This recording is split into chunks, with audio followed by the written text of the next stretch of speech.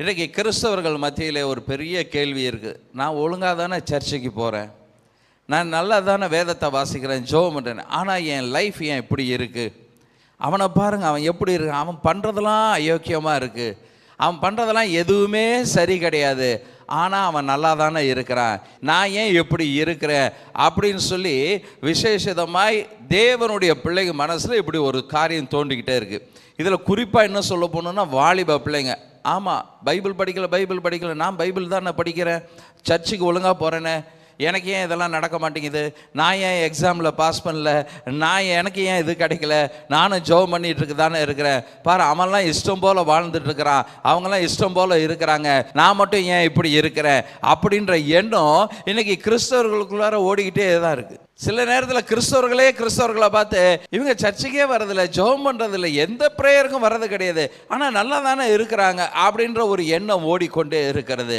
இது ஒரு தவறான எண்ணம். பொல்லாத சத்ருவானவன் இப்படிப்பட்ட எண்ணத்தை கிறிஸ்தவர்களுக்குள்ளார விதைச்சிக்கிட்டே இருக்கான். ஆண்டவர் நீதி உள்ள தேவன் என்று சொல்கிறாங்களே, ஆனால் நான் ஒழுங்காக இருக்கிறேன், ஆண்டவர் எனக்கு ஒன்றுமே செய்யலையே, ஆண்டவர் என் லைஃப்பில் எந்த அற்புதத்தையும் செய்யலையே, எந்த அதிசயத்தையும் செய்யலையே, ஆனால் அவன் பாரு இப்படி இருக்கிறான், ஆனால் அவன் நல்லா இருக்கிறானே, ஆண்டவர் எப்படி நீதி செய்கிறாரா அப்படின்ற ஒரு கேள்வி இன்றைக்கு எல்லா கிறிஸ்தவர்களுக்குள்ளாரும் அவ்வப்போது தோன்றிக்கொண்டே தான் இருக்கிறார். தேவனின் நீதியிலே சந்தேகம். ஆண்டவர் நீதி செய்கிறாரா, நான் உண்மையாக உத்தமமாக நான் கொடுக்கறதுல உண்மையாக இருக்கிறேன், சபைக்கு போகிறதுல உண்மையாக இருக்கிறேன், ஆண்டவருடைய காரியத்தில் உண்மையாக இருக்கிறேன், ஆண்டவரை அனுதினமும் தேடுகிறேன், ஆனாலும் என் வாழ்க்கையில் ஆண்டவர் செய்கிறது சரியா, என் லைஃப்பில் நான் நினச்சது எதுவுமே நடக்கலையே, கால தாமதம் ஆயிக்கொண்டே இருக்கிறது, ஏன் என்னுடைய வாழ்க்கையில் என் பிள்ளைங்களுடைய வாழ்க்கையில் ஏன் இப்படி நடக்கிறது அப்படின்னு சொல்லி பல நேரங்களிலே நாம் நினைப்பது உண்டு.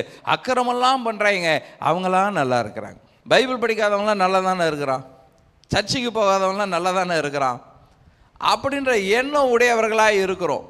காரணம் என்னன்னா, தேவனிடத்திலிருந்து நன்மைகளை அனுபவிக்க முடியாதபடி இருக்கிறபடினாலே, தேவன் நம்மை ஆசீர்வதித்திருக்கிறார் என்பதை நம்ப முடியாததினாலே, விசுவாசிக்க முடியாததினாலே இப்படிப்பட்ட ஒரு மனநிலைக்கு நாம் தள்ளப்படுகிறோம்.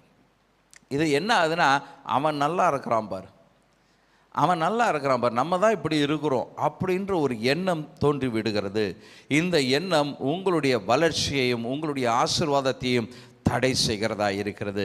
தேவன் மேலே உங்களுக்கு விசுவாசத்தை குறைத்து விடும். இப்படிப்பட்ட எண்ணம் உங்களுக்கு வந்ததுன்னா தேவனிடத்தில் விசுவாசம் உங்களுக்கு குறைந்து விடும்.